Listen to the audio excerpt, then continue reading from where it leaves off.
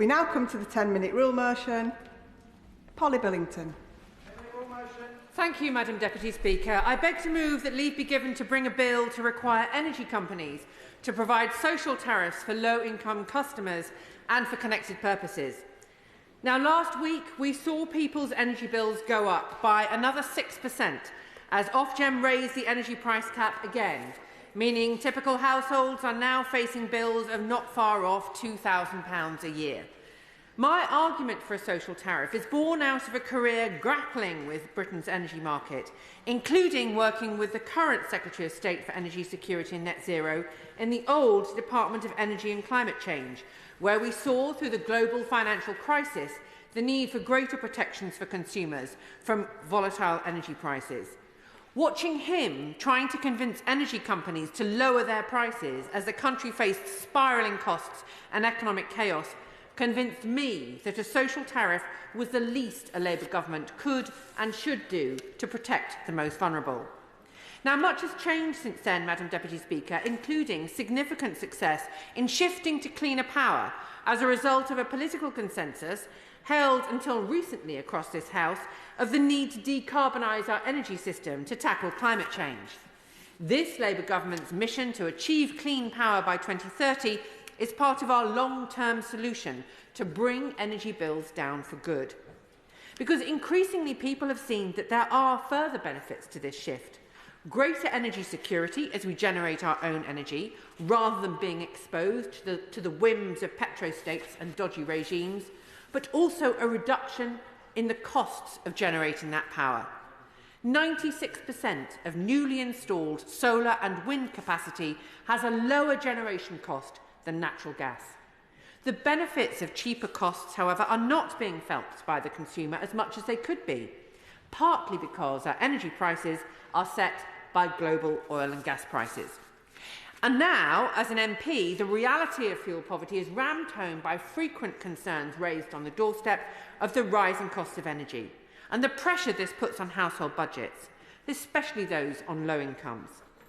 Now, I'd like to remind the House that East Thanet is not a leafy, affluent community that many people associate with the South East, but instead a coastal community with high levels of deprivation, with low-paid and insecure work, elderly residents, many families with a disabled member, and many cold, old, drafty homes. In Thanet, a quarter of all working-age adults are claiming universal credit, and over 40% of people are claiming at least one form of benefit from the Department of Work and Pensions. These are the people, Madam Deputy Speaker, that suffer most from increasing energy bills. These are the people who often have to choose between heating and eating. A social tariff that supports the most vulnerable with their energy bills and prevents them from falling into fuel poverty would protect them from some of the failures of the current energy market and shield them as that market is reformed to make the most of leaving fossil fuels behind. The energy market needs to change so that the efforts the government is making to decarbonise our energy system truly delivers benefits for consumers, and reform of retail prices will need to be part of that. As a member of the Energy Security and Net Zero Select Committee, I have heard growing calls from witnesses for such change. The vast majority of homes are heated by gas, while electricity is much more expensive. The cost of shifting to cleaner power have been loaded onto electricity bills, creating a disincentive for many to choose to shift to electric heat. We artificially make electricity more expensive, and that makes it impossible for some to move to cleaner power. It is those who cannot pay that are least prepared.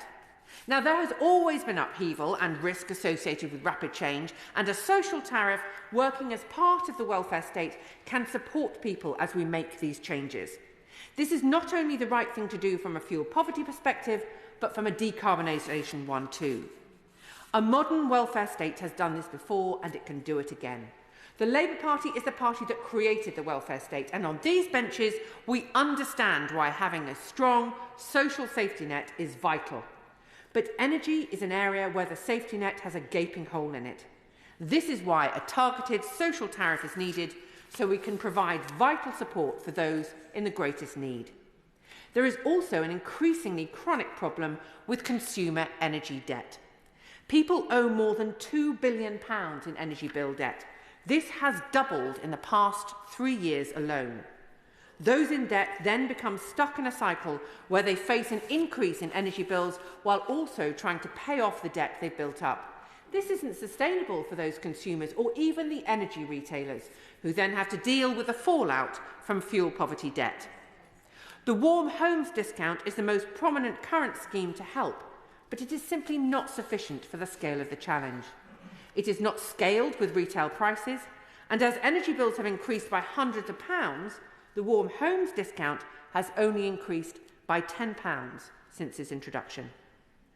That discount is also limited to households receiving means-tested benefits, meaning many families living in fuel poverty miss out on this vital support. A social tariff should build on the Warm Homes discount, but not replace it. The purpose of this bill is to enshrine in law the principle that a social tariff should be provided by all energy companies to make sure there is no supplier lottery for those who need support. It should also be additional to existing and planned support, it should be targeted, and it should be sufficient enough to reduce costs to an affordable level. Now, National Energy Action have argued we need to aim that social tariff at people on low incomes, people with disabilities and carers, and households with low energy efficiency, off-gas grid homes and households with prepayment meters. There are far too many complaints by energy companies that they cannot identify the people who need the support. These categories tackle that problem because we already have the data. We know who is in receipt of universal credit, of disability benefits, of carers allowance. We know those on prepayment meters and the homes with poor energy ratings. These are people who face huge financial pressures and are at the forefront of the cost of living crisis. These are the people that are most at risk of fuel poverty, and crucially, we can find these people so that those who need the support get it. Now, this government rightly has a child poverty task force established to tackle the scar in our society that is children growing up poor. A social tariff can be part of a wider approach to tackling this moral outrage by ensuring those families most in need have to worry less about their energy bills. Children who grow up in households that struggle to pay their energy bills are more likely to struggle at school and more likely to end up struggling in life. But simply protecting people from a failing energy retail market is not sufficient.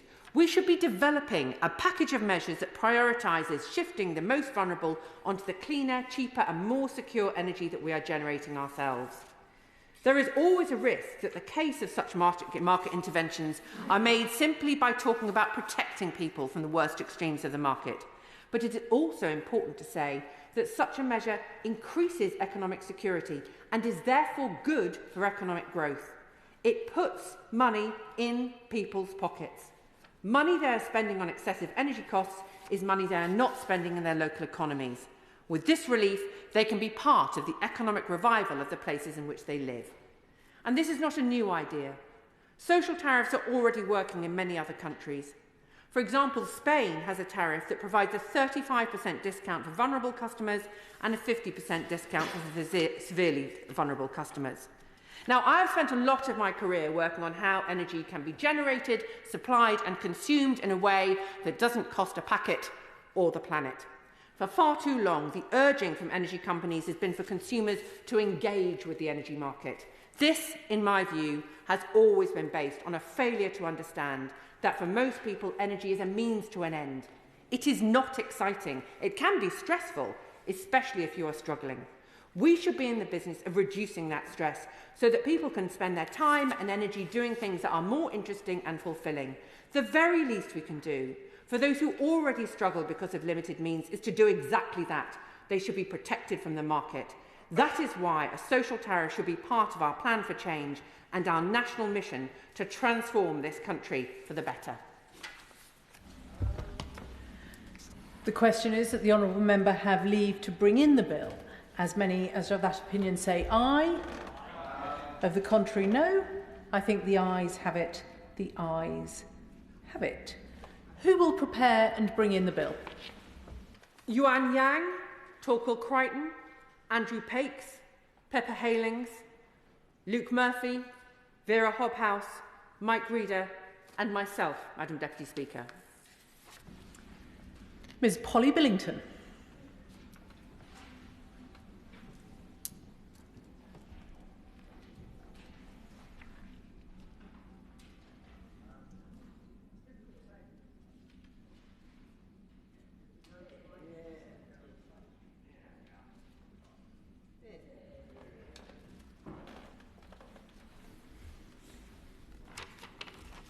Energy Social Tariff Bill.